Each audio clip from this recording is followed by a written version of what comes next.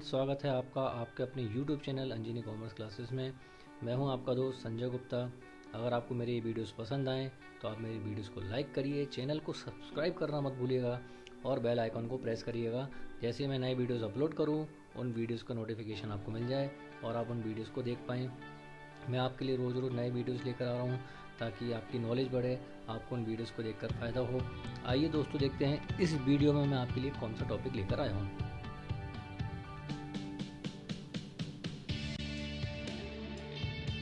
इस वीडियो में मैं आपके लिए एक नया टॉपिक लेकर आया हूँ, वह है डेथ ऑफ पार्टनर। अगर कोई पार्टनर उसकी डेथ हो जाती है तो ऐसी कंडीशन में हमें कौन कौन से एडजस्टमेंट करने होंगे और किस तरीके से डिसीज्ड पार्टनर का कैपिटल अकाउंट तैयार करना होगा और कौन कौन से चेंजेस करने होंगे।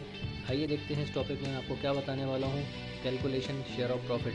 अगर किसी पार्टनर की मिड सेशन में डेथ हो जाती है तो ऐसी सिचुएशन में उसको उस पर्टिकुलर ईयर तक, पर्टिकुलर मंथ का जो प्रॉफिट होगा, उस प्रॉफिट का जो शेयर है उस पार्टनर को देना पड़ेगा। डिसीज पार्टनर की कंडीशन में कौन कौन सी जनरल एंट्रियाँ बनाई जाएंगी वो मैं आपको इस वीडियो में बताऊंगा। डिसीज पार्टनर का कैपिटल अकाउंट किस तरीके से तैयार होगा वो मैं आपको बताऊंगा और साथ ही में डिसीज पार्टनर का जो एग्जीक्यूटर होगा, उत्तराधिकारी होगा, उसका अकाउंट कैसे बनेगा। आइए दोस्तों देखते हैं इस टॉपिक को।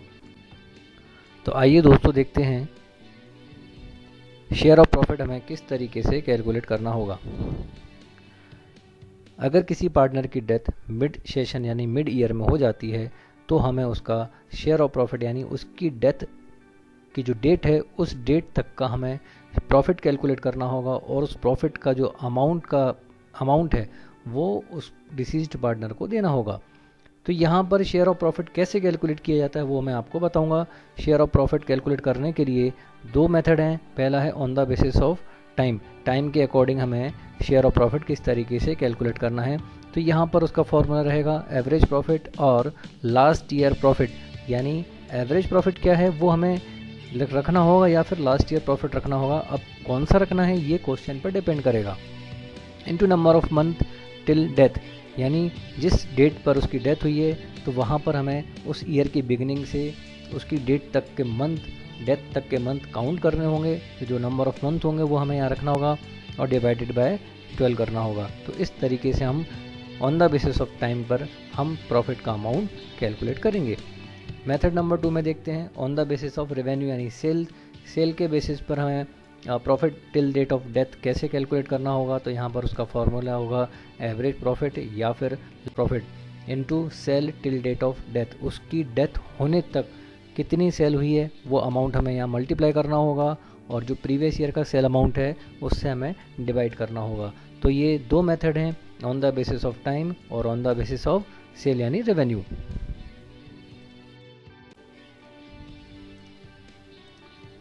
तो आइए दोस्तों देखते हैं शेयर ऑफ प्रॉफिट कैसे कैलकुलेट होगा। तो यहाँ पर मैं आपको एक प्रॉब्लम रख रहा हूँ, उस प्रॉब्लम को आपको मैं सॉल्व करके बताऊँगा कि शेयर ऑफ प्रॉफिट कैसे कैलकुलेट करना है। इस क्वेश्चन में ए बी सी पार्टनर है, 3:2:1 रेशियो में। ए की जो डेथ हुई है वो है 1 अप्रैल 2019। यहाँ पर हमें प्रॉफिट कैलकुलेट करना है on the basis of average profit, यानी कि जो शेयर ऑफ प्रॉफिट निकालना है उसमें हमें यहाँ एवरेज प्रॉफिट रखना होगा। Profit for the last 3 year, पिछले 3 सालों का प्रॉफिट है 25,000, 35,000 और 60,000। तो इस क्वेश्चन में हम ए का शेयर ऑफ प्रॉफिट कैसे कैलकुलेट करेंगे आइए देखते हैं। On the basis of time, यहाँ पर हमें टाइम के बेसिस वाला फॉर्मूला पुट करना होगा। उसके लिए पहले हमें एवरेज प्रॉफिट कैलकुलेट करना होगा। तो एवरेज प्रॉफिट का फॉर्मूला होता है total profit minus loss divided by number of year. तो यहाँ पर तो लॉस है नहीं, तो जो भी प्रॉफिट का अमाउंट है 25,000, 35,000 और 60,000, ये तीनों प्रॉफिट के अमाउंट को हमें ऐड करना होगा और नंबर ऑफ ईयर 3 से यहाँ पर हमें डिवाइड करना होगा। तो इसका सिंपल कैलकुलेशन जो हुआ है सिंप्लीफाई करके वो है 40,000। तो यहाँ पर एवरेज प्रॉफिट है 40,000 रुपये। आइए अब इसको फॉर्मूले में पुट करते हैं। तो जो profit till date of death वो हमें निकालना होगा। उसके लिए फॉर्मूला है यहाँ पर एवरेज प्रॉफिट या लास्ट ईयर प्रॉफिट। अब यहाँ पर हमें एवरेज प्रॉफिट रखना है into number of month till death divided by 12। अब यहाँ पर हमें पहले उसके नंबर ऑफ मंथ कैलकुलेट करने होंगे कि वो इस करंट ईयर में कितने महीने फर्म में था। तो यहाँ पर कैलेंडर ईयर के अकॉर्डिंग जनवरी, फरवरी और मार्च 3 महीने नंबर ऑफ मंथ्स हैं यहाँ पर। अब हमें वैल्यूज़ रखनी होगी इस फॉर्मूले में। तो 40,000 यहाँ पर एवरेज प्रॉफिट है, वो हमने रखा। नंबर ऑफ मंथ अभी हमने कैलकुलेट किए 3 और डिवाइडेड बाय 12। तो सिंपल कैलकुलेशन करने के बाद इसका profit till date of death firm का है 10,000 रुपीज़। अब इस 10,000 में ए का कितना शेयर है वो निकालना होगा। तो ए शेयर ऑफ प्रॉफिट हम निकालेंगे 10,000 इंटू, अब यहाँ पर ए का जो प्रॉफिट शेयरिंग रेशियो है वो है 3/6। तो 10,000 इंटू 3/6। तो यहाँ पर ए का जो शेयर ऑफ प्रॉफिट है 1 अप्रैल 2019 तक का वो है 5,000 रुपीज़। तो ए को 5,000 रुपीज़ उसके कैपिटल अकाउंट में क्रेडिट किए जाएंगे।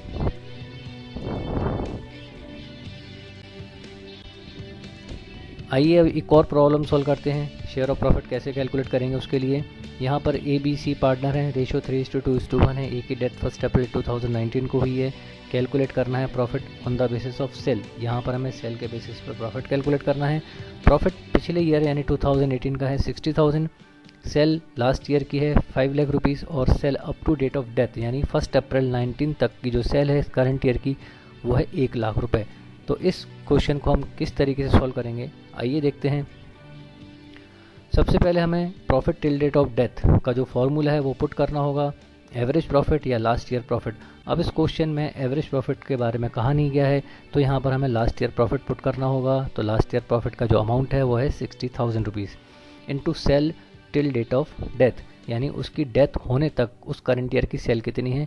तो उस क्वेश्चन में sale till date of death है 1 लाख रुपीज़, और डिवाइड करना है प्रीवियस ईयर सेल। तो प्रीवियस ईयर सेल का अमाउंट है यहाँ पर 5 लाख रुपीज़। तो इस फॉर्मूले में हमें ये वैल्यूज़ रखनी होंगी। तो यहाँ पर 60,000 जो प्रीवियस ईयर का प्रॉफिट है इनटू सेल करंट उसकी डेथ होने तक की है 1 लाख रुपीज़, और प्रीवियस ईयर की जो सेल है वो है 5 लाख रुपीज़। तो इसको सिंपल कैलकुलेशन करने के बाद profit till date of death यानी 1 अप्रैल 19 तक का जो प्रॉफिट है वो है 12,000 रुपये कैलकुलेट हुआ है। अब यहाँ पर हमें ए का शेयर ऑफ प्रॉफिट कैलकुलेट करना है। तो 12,000 रुपये में ए का जो शेयर है, यहाँ पर ए का शेयरिंग प्रॉफिट रेशियो है 3/6। तो 12,000 इंटू 3/6 यानी यहाँ पर ए को 6,000 रुपये मिलेंगे, यानी ए के कैपिटल अकाउंट में 6,000 रुपये ट्रांसफ़र किए जाएंगे प्रॉफिट के।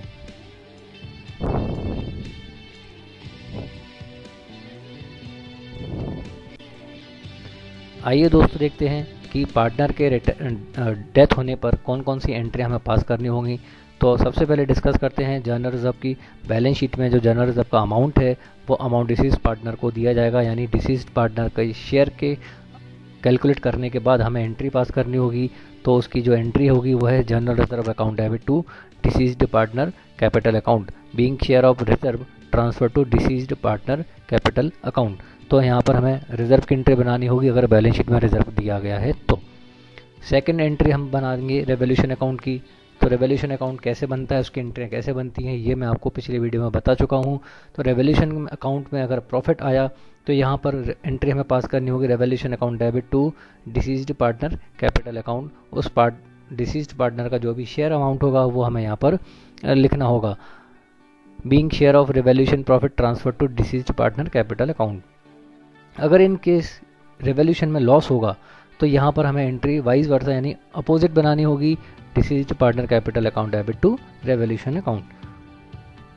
थर्ड एंट्री डिस्कस करते हैं। अगर फर्म ने जॉइंट लाइफ पॉलिसी ले रखी है तो डिसीज्ड पार्टनर यानी पार्टनर की डेथ होने पर उसका जो अमाउंट है वो मिलेगा, और उस अमाउंट को डिसीज्ड पार्टनर के कैपिटल अकाउंट में क्रेडिट करना पड़ेगा। तो यहाँ पर हमें एंट्री पास करनी होगी general joint life policy account debit to deceased partner capital account being share of life policy transfer to deceased partner capital account. Share of profit की एंट्री हम किस तरीके से पास करेंगे, तो यहाँ पर हमें शेयर ऑफ प्रॉफिट की एंट्री पास करनी होगी profit and loss suspense account debit to deceased partner capital account being share of profit transfer to deceased partner capital account. अगर यहाँ पर शेयर ऑफ प्रॉफिट की जगह शेयर ऑफ लॉस हुआ तो यहाँ पर हमें एंट्री जस्ट अपोजिट बनानी होगी, deceased partner capital account debit to profit and loss suspense account.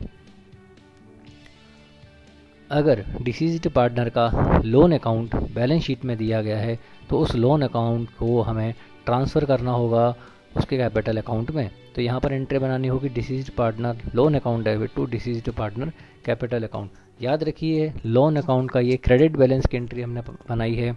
अगर लोन अकाउंट बैलेंस शीट के असेट्स में दिया गया है तो ये एंट्री हमें वाइस वर्सा यानी अपोजिट बनानी होगी। ठीक उसी तरीके से अगर पार्टनर का करंट अकाउंट दिया गया है, पार्टनर के करंट अकाउंट का क्रेडिट बैलेंस हमें ट्रांसफ़र करना होगा उसके कैपिटल अकाउंट में, तो यह एंट्री बनानी होगी deceased partner current account debit to deceased partner capital account, being deceased partner current account credit transfer to capital account. और अगर करंट अकाउंट का डेबिट बैलेंस हुआ तो ये एंट्री हमें वाइस वर्सा यानी अपोजिट बनानी होगी deceased partner capital account debit to deceased partner current account.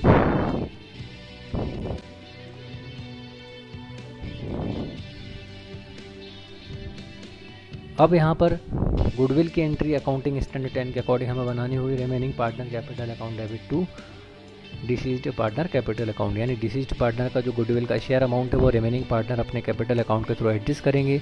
तो यहाँ पर सिंपल एंट्री हमें बनानी होगी remaining partner capital account debit to deceased partner capital account, being goodwill share transfer to deceased partner capital account.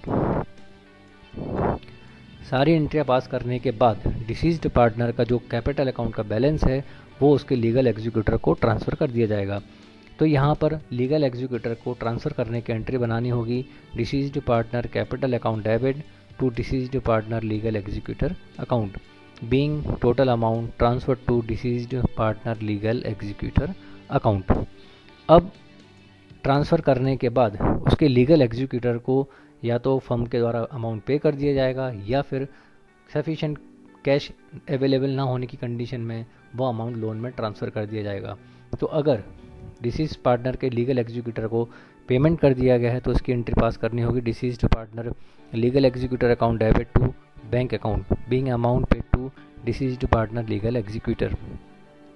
और अगर loan account में transfer किया गया है तो एंट्री पास करनी होगी deceased partner executor account debit to deceased partner legal executor loan account. तो कुल मिलाकर एक पार्टनर की डेथ होने पर ये कुछ ट्रांजैक्शंस हैं जिनकी एंट्री हमें अकाउंट्स में बुक्स ऑफ अकाउंट में पास करनी होंगी।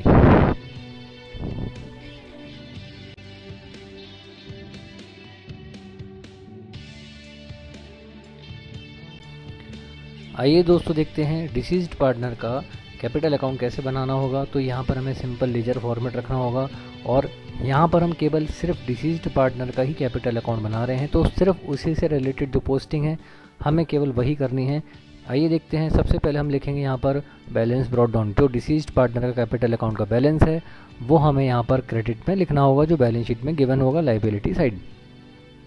अगर पार्टनर का करंट अकाउंट का क्रेडिट बैलेंस है तो वो हमें यहाँ क्रेडिट में ट्रांसफ़र करना होगा उस क्रेडिट बैलेंस को। उसके बाद शेयर ऑफ प्रॉफिट, जो शेयर ऑफ प्रॉफिट हमने कैलकुलेट किया है तो यहाँ पर प्रॉफिट का जो अमाउंट है शेयर ऑफ प्रॉफिट का डिसीज पार्टनर का जो शेयर है वो हमें यहाँ क्रेडिट में ट्रांसफ़र करना होगा उसके कैपिटल अकाउंट में। गुडविल की जो एंट्री हम बनाएंगे उसकी पोस्टिंग करनी होगी by remaining partner capital account debit. यहाँ पर जो भी रिमेनिंग पार्टनर होंगे उनके यहाँ डेबिट करना होगा। मान लीजिए यहाँ पर अगर सी की डेथ होती है तो यहाँ पर हमें डेबिट करना होगा बाय ए कैपिटल और बाय बी कैपिटल, और गुडविल का जो अमाउंट है शेयरिंग अमाउंट वो यहाँ पर हमें लिखना होगा। उसके बाद बैलेंस शीट में जो रिजर्व अगर है तो यहाँ पर डिसीज्ड पार्टनर का शेयर कैलकुलेट करके यहाँ पर हमें क्रेडिट साइड में लिखना होगा। ठीक उसी तरीके से जो रिटेन अर्निंग है, प्रॉफिट एंड लॉस का अमाउंट बैलेंस शीट में है उसका शेयर अमाउंट हमें यहाँ क्रेडिट करना होगा। रेवोल्यूशन अकाउंट में प्रॉफिट कैलकुलेट होने पर यहाँ पर हमें रेवोल्यूशन अकाउंट को क्रेडिट करना होगा। जो डिसीज्ड पार्टनर है उसका शेयर लिखकर जॉइंट लाइफ पॉलिसी में जो क्लेम का अमाउंट मिला है उस क्लेम के अमाउंट में जो डिसीज्ड पार्टनर का शेयर है वो हमें यहाँ क्रेडिट में लिखना होगा। उसके बाद करंट अकाउंट में अगर डेबिट बैलेंस है तो हमें यहाँ डेबिट में लिखना होगा। शेयर ऑफ लॉस कैलकुलेट होने पर हमें यहाँ डेबिट में पोस्टिंग करनी होगी to profit and loss suspense account share of loss. Balance sheet में अगर प्रॉफिट का अमाउंट डेबिट नेचर का है तो वो हमें यहाँ पर कैपिटल अकाउंट के डेबिट में लिखना होगा to profit and loss account. और जो बैलेंस बचेगा उस बैलेंस को हमें ट्रांसफ़र करना होगा डिसीज पार्टनर के लीगल एग्जीक्यूटर अकाउंट में। तो इस तरीके से डिसीज पार्टनर का कैपिटल अकाउंट हमें तैयार करना होगा। आइए देखते हैं डिसीज्ड पार्टनर का लीगल एग्जीक्यूटर का अकाउंट किस तरीके से तैयार करेंगे। सबसे पहले हमें यहाँ जो भी बैलेंस निकला डिसीज्ड पार्टनर के कैपिटल अकाउंट का, वो डिसीज्ड पार्टनर का कैपिटल अकाउंट का बैलेंस यहाँ हमें क्रेडिट में लिखना होगा। अब यहाँ पर दो कंडीशंस क्रिएट होती हैं जो मैं आपको पहले भी डिस्कस कर चुका हूँ। सफिशिएंट कैश होने की कंडीशन में फर्म द्वारा उसके लीगल एग्जीक्यूटर को पे कर दिया जाएगा, और सफिशिएंट कैश नहीं होने की कंडीशन में जो बैलेंस है वो लोन अकाउंट में ट्रांसफ़र कर दिया जाएगा। अगर लोन अकाउंट में ट्रांसफ़र कर दिया गया है तो यहाँ लिखेंगे to deceased partner legal executor loan account, और अगर पे कर दिया है इमीडिएटली तो लिखेंगे यहाँ पर टू बैंक अकाउंट। इस तरीके से डिसीज्ड पार्टनर का लीगल एग्जीक्यूटर अकाउंट तैयार किया जाता है। उम्मीद करता हूँ आपको डिसीज्ड पार्टनर यानी पार्टनर की डेथ होने पर शेयर ऑफ प्रॉफिट कैसे कैलकुलेट करते हैं वो समझ में आया होगा। कौन कौन सी एंट्री हमें पास करनी होती हैं, डिसीज्ड पार्टनर का कैपिटल अकाउंट कैसे बनाते हैं, और उसके लीगल एग्जीक्यूटर का अकाउंट कैसे बनाते हैं, ये आपको समझ आया होगा।